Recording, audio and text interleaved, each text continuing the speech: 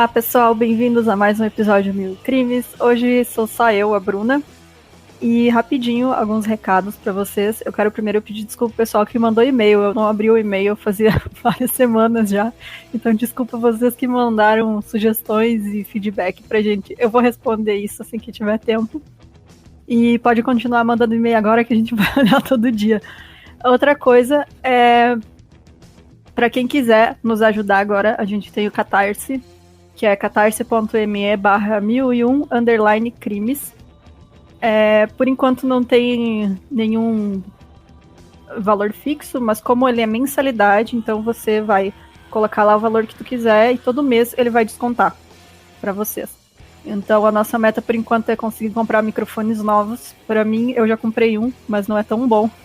E para a Fábio também. Então tá lá a nossa meta. E também para quem quiser tem o PicPay, que é @1001crimes. Para quem não conhece, o PicPay é um aplicativo super legal que você usa para pagar contas, pagar pessoas, assinar coisas também. Você pode comprar saldo de várias coisas lá.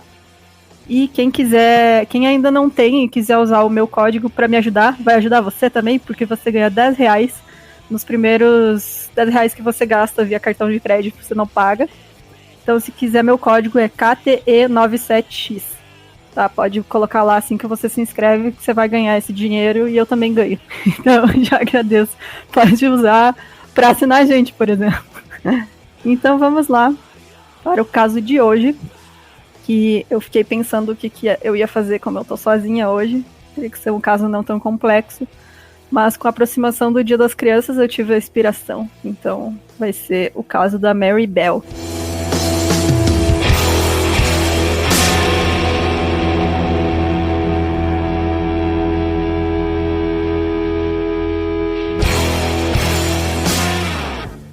Mary Flora Bell nasceu no dia 26 de maio de 1957. A mãe dela era a Betty McCricket, que era uma jovem de 17 anos apenas quando teve a Mary, e ela fazia programas para sobreviver. A Betty também era alcoólatra e também tinha algumas doenças psiquiátricas, né? Ela era bipolar e ela tinha alguns transtornos também como depressão. Enfim, era uma pessoa bem transtornada e bem problemática até pelo alcoolismo, né? E quando a Mary ainda era bebê, ela casou com o Billy Bell, que assumiu a paternidade da Mary. Não se tem confirmações se o Billy era o pai dela ou se não, mas enfim, ele assumiu a Mary, mas a Mary, ela tinha que dizer que ele era o tio, tinha que chamar ele de tio apenas para a mãe dela não perder a pensão que ela ganhava do governo, né, na época. O Billy era um criminoso conhecido da polícia e com várias passagens por roubo à mão armada, que inclusive foi o motivo dele ser preso poucos anos depois. Então a única figura paterna que a Mary teve era o Billy Bell, que era um bandido e que acabou sendo preso depois. A Mary então morava em uma área pobre de Scotswood, que fica na cidade de Newcastle, que é na Inglaterra. E como toda pequena comunidade na época, o bairro onde ela morava era comum as crianças andarem sozinhas.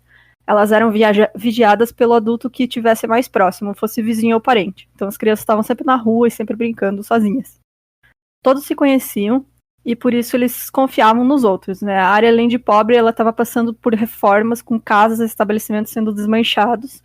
E era nessas construções abandonadas que as crianças brincavam.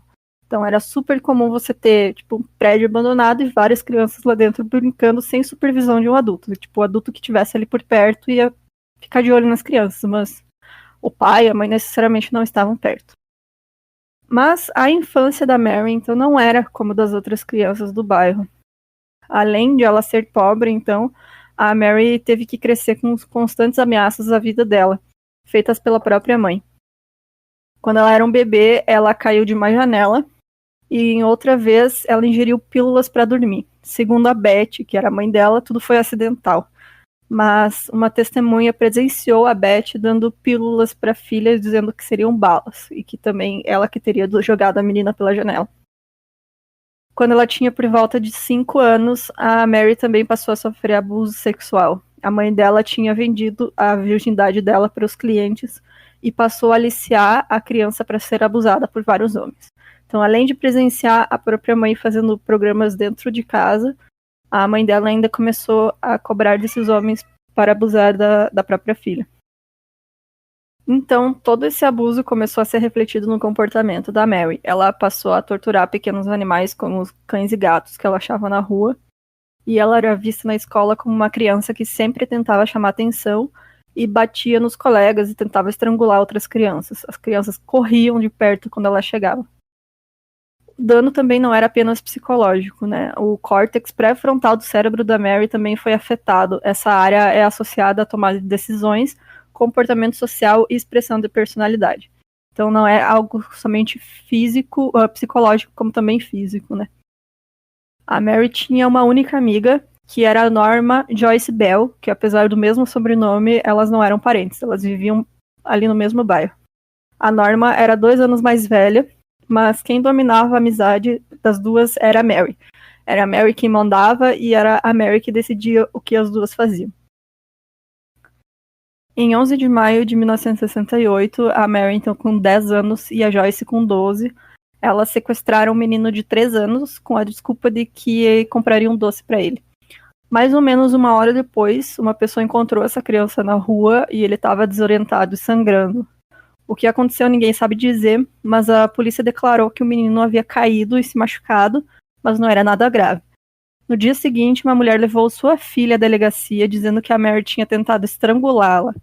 Apesar disso, nenhuma ocorrência foi feita.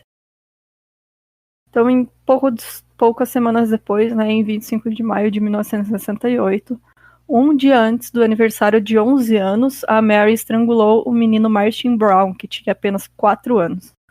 Como ela não tinha tanta força, ela acabou não deixando marcas no pescoço do menino, o que levou a polícia a não ter certeza sobre a causa da morte. 2 meninos encontraram o corpo do Martin em um prédio abandonado. E um frasco vazio de remédio para dormir também foi achado por perto, o que levou a polícia a acreditar que a criança tinha ingerido acidentalmente e morrido. No dia seguinte, em 26 de maio, a creche do bairro foi invadida e vandalizada, e lá foram encontrados bilhetes escritos à mão. Nos bilhetes tinha uma confissão. Abre aspas. Nós matamos Martin Brown. Foda-se, seu desgraçado. Fecha aspas. Os bilhetes tinham vários erros, e o que levou também a polícia a suspeitar que fossem crianças que tinham escrito, mas eles não levaram a sério porque acharam que fosse uma brincadeira de mau gosto. Eu vou postar no nosso Instagram também, no site, tudo, vocês podem olhar esses bilhetinhos. Dá pra ver que é letra de criança mesmo.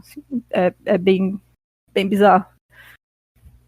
Então, no dia 31 de julho de 68, a Mary e a Norma estavam brincando com o Brian Howe, que era um menino de apenas 3 anos, em uma das áreas em construção. O Brian não retornou para casa e foi dado como desaparecido naquela mesma noite.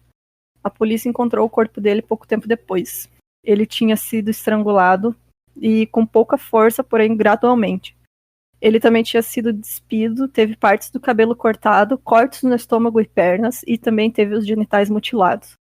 Na barriga dele tinha sido entalhada uma letra N no estômago dele, né, com uma navalha. E quem quer que tivesse feito isso voltou depois para transformar a letra N em um M. E aí existem várias versões de como a Mary e a Norma foram descobertas. A primeira delas é que um menino de 9 anos que tinha problemas mentais tinha testemunhado as duas estrangulando o Brian. E como essa testemunha não tinha muita noção da gravidade do que estava acontecendo, somente quando ele contou aos pais o que tinha visto é que eles foram até a polícia. A história seria de que o Brian disse estar com a garganta doendo, e aí a Mary sugeriu fazer uma massagem para fazê-lo senti-lo melhor e estrangulou ele.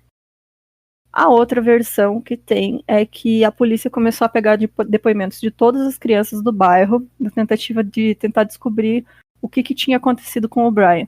E quando eles chegaram na Mary e na Norma, as duas deram respostas inconsistentes, né? Então eles pressionaram um pouco mais e a Norma confessou que ela estava lá e que a Mary que tinha matado a criança. A polícia então viu as similaridades com o caso do Martin e ligou os dois, né? Eles estavam procurando quem havia matado o Brian. Então, eles prenderam as duas meninas e em 5 de dezembro de 68, a Mary e a Norma Bell foram a julgamento pelo assassinato do Martin Brown e do Brian Howe. No dia 17 de dezembro, a Norma foi absolvida de todas as acusações. Foi determinado que, apesar de ela estar presente, não havia participado ativamente na morte dos meninos. e que ela estava sendo influenciada pela Mary. A Mary, então, no mesmo dia, foi condenada por assassinato, mas teve responsabilidade diminuída por conta de sua idade. Ela foi sentenciada a detenção em centros de reabilitação sem tempo determinado. Ela teria que ficar lá até o governo determinar, a justiça determinar que ela estava bem. Então ela foi mandada para a Red Bank Secure Unit, que é uma espécie de detenção juvenil do governo inglês. E quando ela atingiu a maioridade, ela foi transferida para uma espécie de prisão aberta, que era de onde ela escapou quando tinha 20 anos. A Mary e outra detenta foram presas 3 dias depois de terem escapado, e elas tiveram todos os seus privilégios de prisão cortados por 28 dias como punição. No total, a Mary Bell ficou 12 anos presa, e quando ela foi solta com 23 anos em 1980, as autoridades classificaram ela como completamente reabilitada. O governo garantiu o anonimato para Mary assim que ela foi solta, para evitar o assédio da imprensa. Ela já tinha tido 3 identidades diferentes e se mudado 5 vezes, porque a imprensa estava sempre atrás dela e sempre que descobriam era um fuzuê. Em 1984, ela deu à luz a uma filha, e a essa criança também foi garantido o anonimato. E a proteção deveria se estender à filha dela apenas até a maioridade, mas em 2003 a justiça garantiu que a Mary e a filha dela tivessem anonimato para o resto das suas vidas. Quando a Mary foi avó, alguns anos depois, a justiça também estendeu essa proteção de identidade também para a neta dela. E até hoje, quando há uma ordem de proteção para a identidade de uma criança, essa ordem é chamada de Ordem Mary Bell.